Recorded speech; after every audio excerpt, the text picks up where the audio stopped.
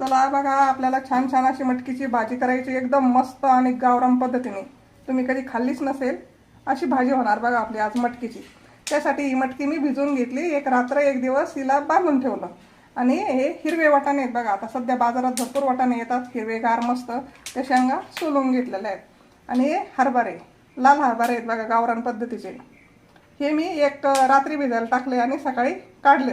तर आपल्याला अशी मस्त चमचमीत अशी मटकीची उसळ बनवून घ्यायची. तुम्हाला खूप आवडेल आणि तुम्ही नक्की बघा ही मी कशी करते मटकी.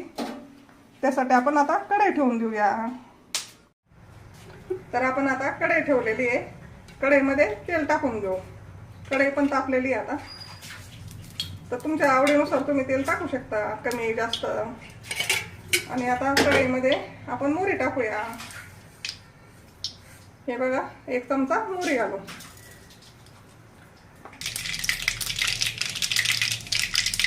बघा आपली मोहरी तडतडली. आता आपण कांदा घालूया त्याच्यामध्ये.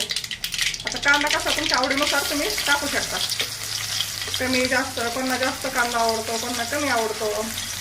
तर बघा त्याच्या पद्धतीने तुम्ही कांदा टाका तुमच्या पद्धतीने. आता थोडासा कांदा आपल्याला लाल करून घ्यायचा, जास्त नाही, थोडासा. तर बघा आता कांदा आपला थोडासा लाल झालेला आहे. आणि हा कढीपत्ता आहे बघा, एका पानाचे 2 तुकडे केलेले आहेत मी कढीपत्त्याचे. तर हे पण आपण याच्यामध्ये टाकून घेऊ. आणि लगेच आपल्याला एक टमाटर टाकायचं त्याच्यामध्ये. आता एक टमाटर चिरून घेतलेला आहे मी. तर हे कांदा थोडासा साईडला घेऊ आपण आणि खाली तेला टमाटर घालूया. असं थोडंसं टमाटर आपल्याला नरम होऊन द्यायचं. हे टमाटर थोडंसं नरम झालं ना म्हणजे भाजीला छान चव येते आणि भाजी खूप छान दिसते बघा. थोडंसं नरम होऊन देऊ आपल्याला, 2 मिनिटात ते नरम होईल, 1 मिनिटात.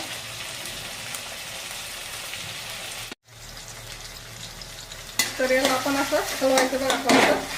थोडंसं असं टमाटर जरा थोडंसं मॅच करून घ्यायचं. बारीक आपलं पण जर मोठं राहिलं असेल ना तर असं थोडंसं मॅच करायचं. टमाटर थोडंसं नरम झालं ना म्हणजे भाजीला छान चव येते अशी. आणि भाजी दिसायला पण खूप छान दिसते, चवीला तर एकच नंबर लागते बघा. तर आपण थोडंसं हे बाजूला घेऊया. आता थोडंसं घ्यायचं आपलं, जास्त नाही, कारण का आपण याचं लसूण टाकणार आहोत थोडंसं. हे बघा आता गावरान लसूण मी चेपून घेतलेला आहे, तो त्या तेलामध्ये तोडून घेऊ. तुम्ही वाटलं तर कांद्याच्या अगोदर पण टाकू शकता लसूण. तर मी एक तर शेंगदाण्याच्या पोटमध्ये टाकते किंवा असं टाकून देते. तुम्हाला जसं आवडेल तसं तुम्ही टाकून देऊ शकता तुमच्या पद्धतीने. याला थोडंसं आपण गरम करून घेऊ. तर बघा आपला लसूण पण लाल झालेला आहे, मस्त एकत्र करून घेऊया आपण छान असं. आणि टमाटर पण नरम झालेला आहे बघा. असं टमाटर नरम झालेलं आहे ना. आता याच्यामध्ये टमाटर चांगलं होतं मटकीच्या उकळीमध्ये बघा. तर आपण आता याच्यात मिरची वगैरे टाकून घेऊ.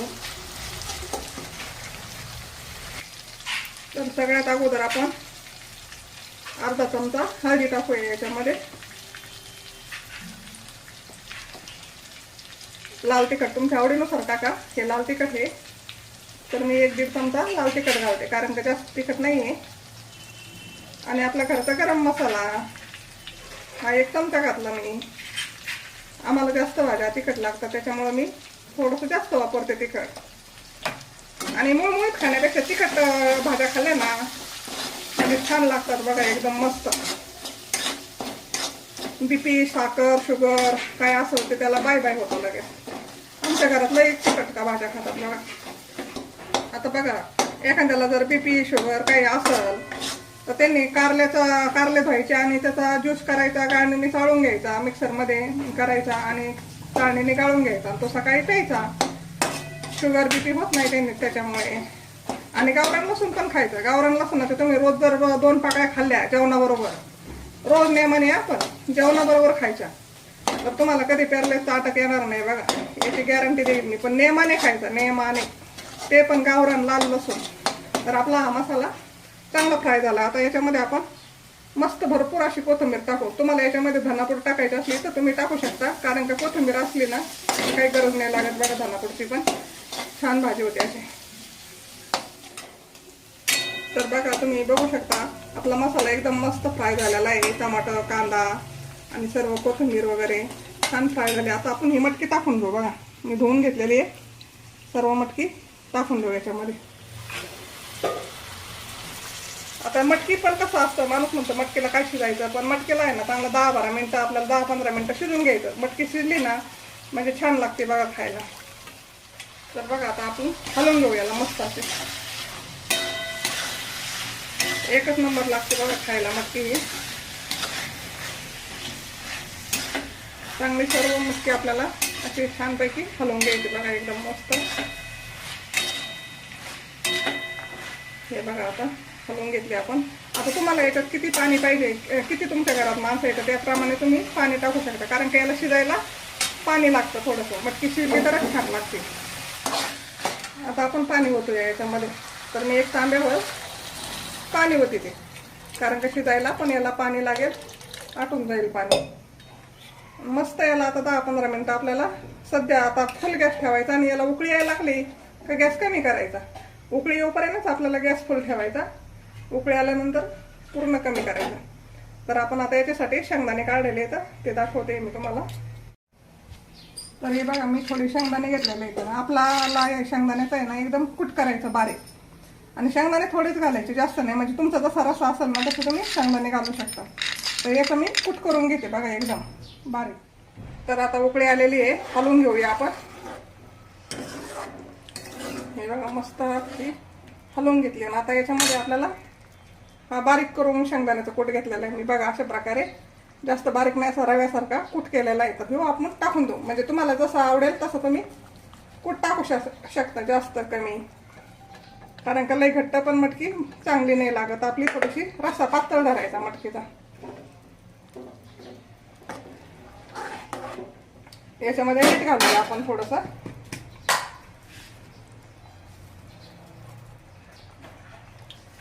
चवीनुसार आपण मीठ टाकलेलं आहे याच्यामध्ये. आणि थोडीशी कोथिंबीर उरली, ही कोथिंबीर पण आपण याच्यावर घालून घेऊ उकळीमध्ये. सर्व टाकून झालंय आपलं. याला आपल्याला 10-12 मिनटं आता मस्त बारीक गॅसवर शिजून द्यायची, म्हणजे मग आपली मटकी खाण्यासाठी तयार. तर बघा आपली मटकीची भाजी आता खाण्यासाठी तयार झालेली आहे. बघा असं मस्त छान 10-12 मिनटं आपली मटकीची भाजी शिजलेली मस्त. रश्श्याची भाजी केलेली. तुम्हाला वाटलंच तर तुम्ही अशी कोरडी पण करू शकता, पाणी कमी टाकायचं थोडंसं. तर बघा आवडले असेल तर सबस्क्राईब करा, सांगा कशी झाली ते. धन्यवाद.